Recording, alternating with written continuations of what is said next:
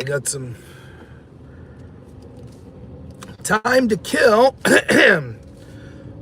What a crazy day in my neck of the woods. Hope everyone's having a great day. I am. So first things first, I'll probably repeat this, but I will be doing an actual real stream this evening from my computer, barring anything crazy happening, which the way today's going, something crazy might happen. So yeah, around 8 p.m. tonight, I will be streaming. And then I'm supposed to be getting interviewed on a show called The Alex Custa Show. That's supposed to be at 9 p.m. tonight. So stream start around 8 p.m. We'll talk, and then we'll do the interview. So that's number one. Number two, I think I have a guest tomorrow evening. I believe the time is 8 p.m. and it's going to be Liam that was on Tim Pool's show with me. So we're going to give him a fair shake on what he wants to say in criticizing Israel and discussing the Israel-Palestine conflict. So that is number two. Friday, I have something planned. I don't know what. I'll have to get back to you when I check my schedule. So there's a lot to say of what personally has been going on in my life. Nothing too serious, just work, crazy work stuff. Just to give you a picture of what's going on. So because of my work schedule, we did have, I actually somehow got Easter Sunday off. I was not supposed to have Easter Sunday off morning. I came in the afternoon. I wasn't supposed to have Easter Sunday off at all. I was supposed to go into work last Saturday, but because something happened, I was actually had Easter Sunday off, which was nice because I got to hang out with Hank. But we had already planned for this Saturday, this coming Saturday, to be my family's Easter at my house.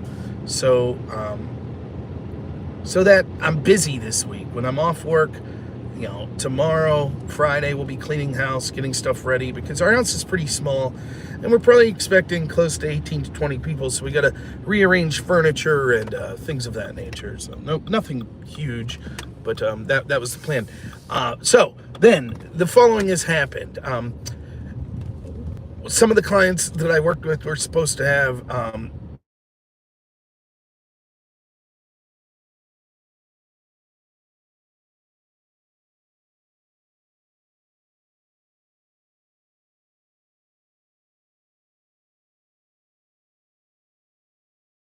appointments, whether it be you know, any sort of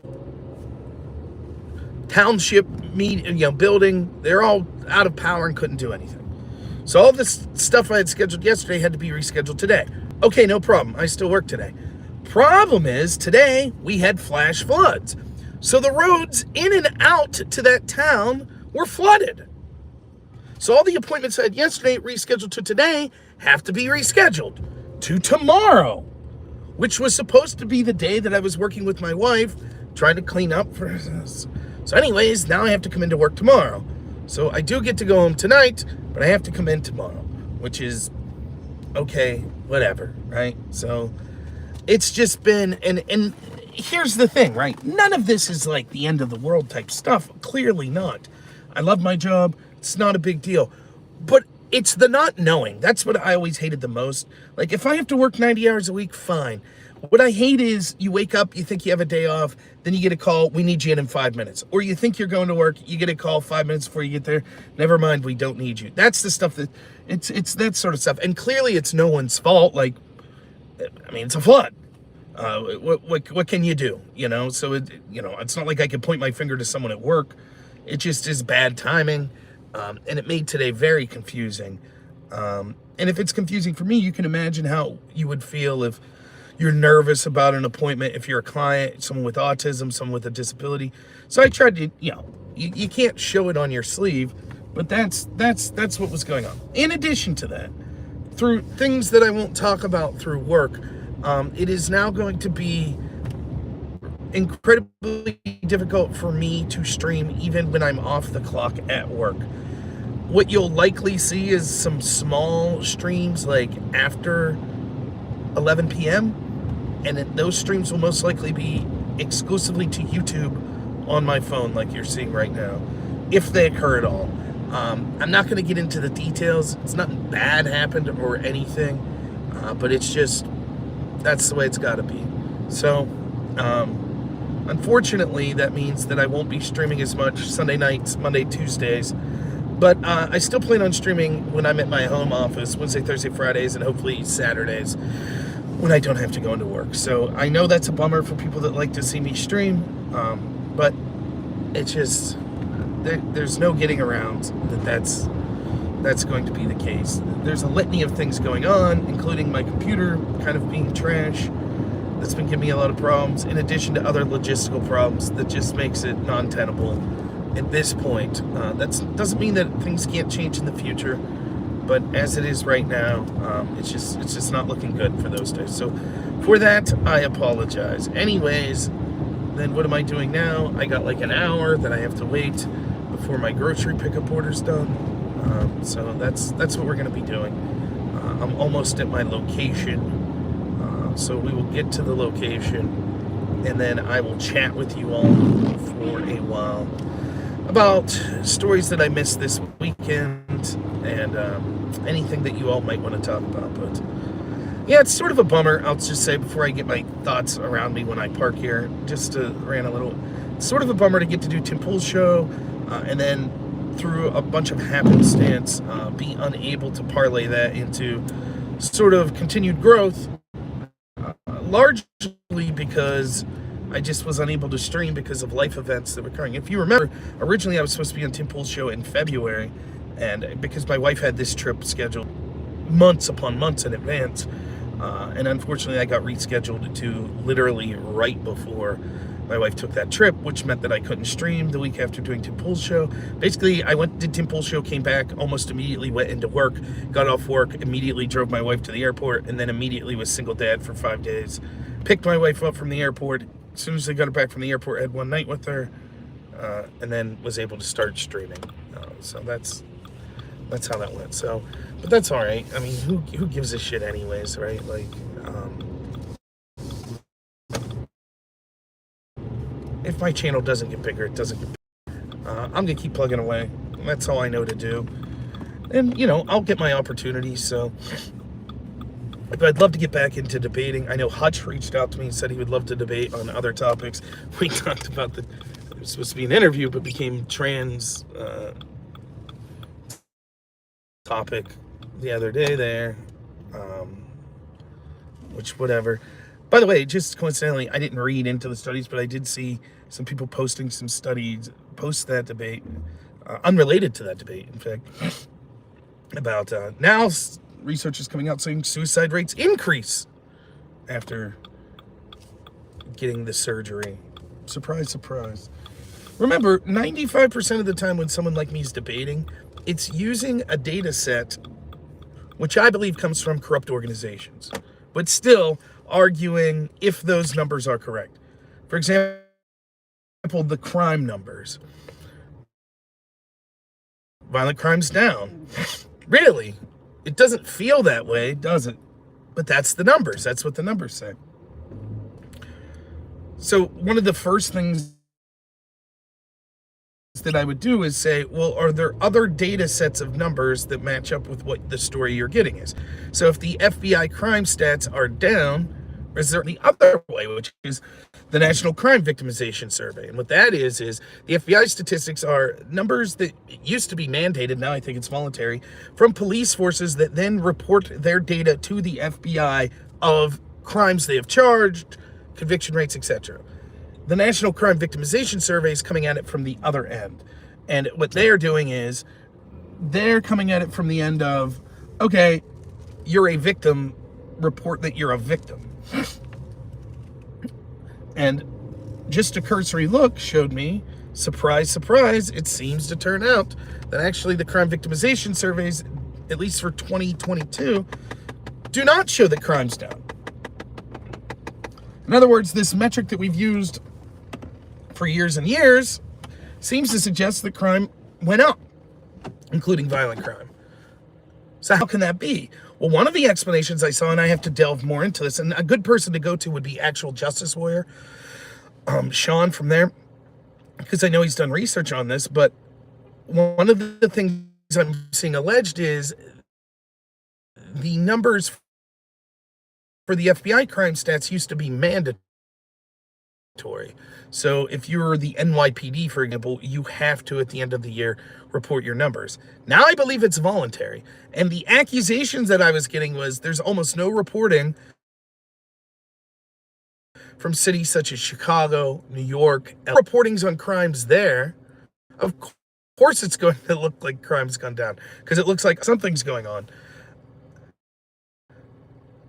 Or the data we saw on COVID that was misleading or wrong so many times. And so many other things. There's this group called the McKinsey group. I think I got that right. And it's one of these groups that was most instrumental in doing all these reports and studies showing how beneficial DEI was in the corporate workplace. And so when you see all of these, slideshows from corporations that say like, oh, DEI is very important, it's very good, studies show that. It was from this group, the McKinsey group. Well, another group has sought to replicate their studies, and they can't be replicated. Something's wrong with them. Trust the science.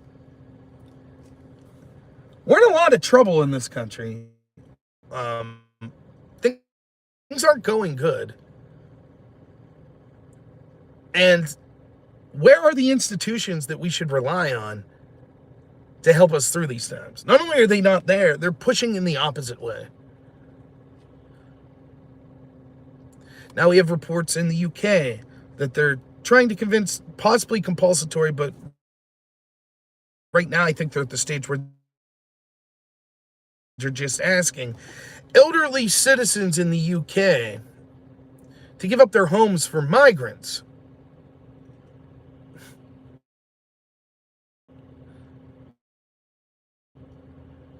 Reports were released in Canada saying they expect things such as violence to erupt, civil unrest, because of the dire economic situation they see Canada going into in the near future. Trudeau came out like yesterday or the day before and said, we can't take any more migrants. How can that be? We were told over and over by everyone that's smart, everyone in the political landscape, everyone in the academic landscape, migrants are good. Illegals are good. They're better than the native populations. They commit less crime. They have better food. They have better culture. They help the economy. How come every time we send these people then to left-wing areas, the left-wing areas say, well, we can't handle it? Why? You told us for years it wasn't a problem. Biden told us it wasn't a problem in 2021, 2022, 2023. Now it's election year. He's like, oh, okay, it's a problem. It's Trump's fault.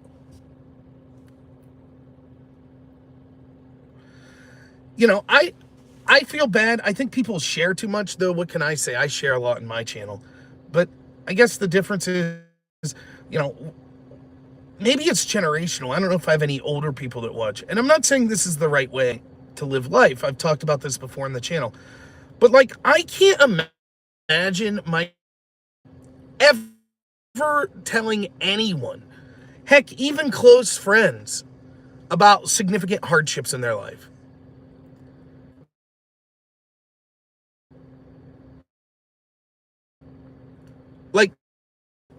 You, to a fault, you didn't seek help. You plugged away. Anything you could put out there to sort of make yourself look like a victim. I think, where did I see the UK asking for immigrants to be housed? Check my X feed. I retweeted it. There was a woman on one of their broadcast shows that was talking about how that was now being suggested. So I get that. And I get the people of an older, no problem, Nate. I get the people of an older generation, even myself, who will be 40 here. It gets annoying. But I think we make a mistake when we see so many young people that are putting so many social media posts talking about how hard their life is. Again, is their life as hard as someone who was being drafted at Vietnam? Probably not. Is it as hard as someone that was fighting in Stalingrad? Of course not. Of course, we still live in a great time. The problem is, are things trending in the correct direction or not? And the time we live in, with the technological advances that we had, right? You would expect them to be easier and better. But that doesn't mean that there isn't significant pain, significant problems with our society. Despite what you might hear from the Biden administration, it's damn near impossible to own a home now. Now, you could come to an area where I live, buy a house for $80,000, but I understand that's not where the majority of people are living. That's fine. Fine by me. I like it not being crowded.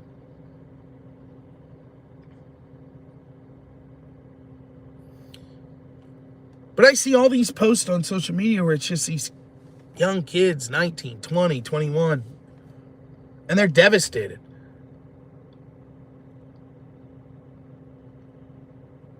I used to say this all the time, like, I knew friends of mine that basically never, yeah, I'll be streaming tonight at 8 p.m. as well. I had friends of mine in life that rarely worked a day in their life that were around my age. Most of my friends I knew that barely worked ended up owning a home before me or owning a car before me. How? Well, they got hurt at work or they got some sort of disability check.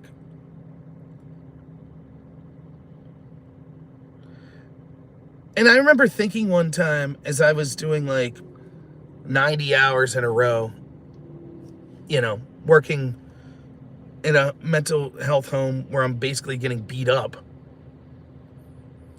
I used to have this sense of pride and was like, well, I'm at least trying. I'm going out there. I'm doing the right thing,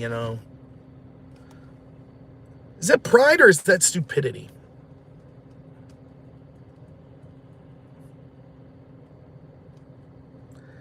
You know how many people I know that work their whole life, now they're like 60s, and they can barely walk because they did some blue-collar job. They're carrying shingles up a ladder. They're working on a road crew, digging and stuff like that. Working some farm job. Their back starts to go out. It's my dad. My dad will have to work till he's in his 70s. Dude had back surgery in his late 20s. He's had back problems his whole life. Don't matter. Go to work every day. 40 hours a week, 50 hours a week, 60 hours a week. And what do they have to show for it? Hopefully a family, hopefully loved ones. But materialistically, they're doing worse off than the person who gets disability.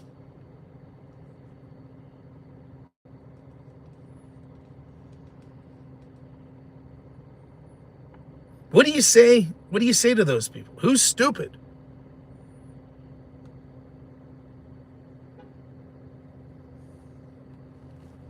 What the heck is this?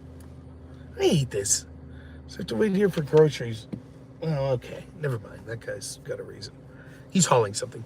Dude pulled in behind me, but parked at the spots are this way, and he parked this way. But I guess it's because he's hauling a thing, so he wouldn't have fit in the space. Okay, we'll forgive him. I see these young people. I mean, yeah. On one hand, it's like, it was stupid. You went to school. You got an anthropology degree. What the hell did you expect? Well, that's what people in their life were telling them. And they still have to have personal accountability. I'm not saying that means we should pay their tuition. I'm not saying that at all. But whenever they do that, then they end up making a job where probably they live in the city where they can barely afford rent. They're never going to own a home. Doing fine, Gizmo. Everybody knows it. Everybody knows something's wrong. Everybody. We see it all around us. And they keep gaslighting you. It's the greatest economy ever. It's fantastic. I live in my little town here. I'll tell you a story. You remember because I have this weird way that I remember things. The first time I took my son, Hank, to the movies, it was before he turned 3, so he's still 2. By the way, the movie theater where we took him in my local town here, are we buffering? Is that what people are saying? Let me know if y'all can see me clearly. Because it looks like Gizmo suggested maybe I'm buffering. If so, we'll just end it. I'm hoping that's not the case. Anyways, I digress. We went to this local movie theater, which has since closed. I am buffering. Is it unwatchable? If it's unwatchable, we'll just end it.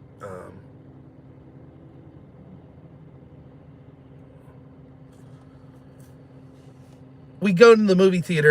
While I was in there, the Jabal Bowman tape dropped. So that gives you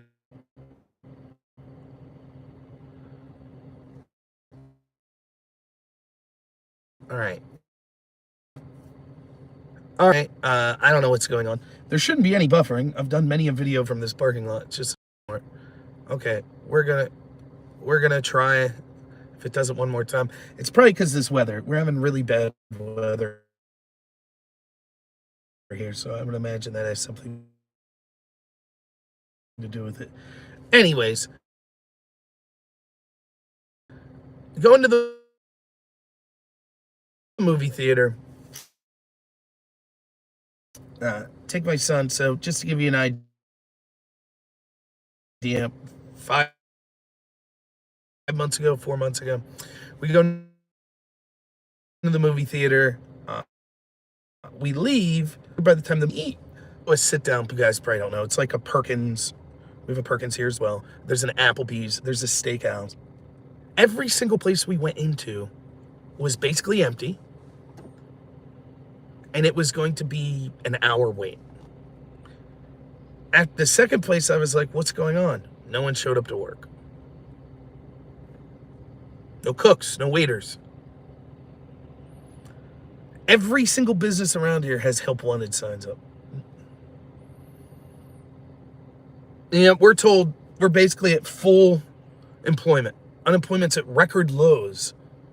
And yet every business is desperately seeking help, to the point where there was a Dairy Queen. It's a little closer to my house. It's like 3 minutes away from my house. 5 minutes away from my house. They shut down for a long time. And they just blatantly had a sign up that was like, we can't find people to work. Same with the diner up the road in the other end of town. Really cool diner I used to go to for breakfast and stuff. They got a big sign up like, closed until we can find help. How can that be? Full unemployment. That can't be. The economy's fantastic. You see the signs all around you. If you buy groceries, you see the signs. My job that I have, they can't find people. Can't find them. That's why I work 90 hours a week, 100 hours a week. They can't find people.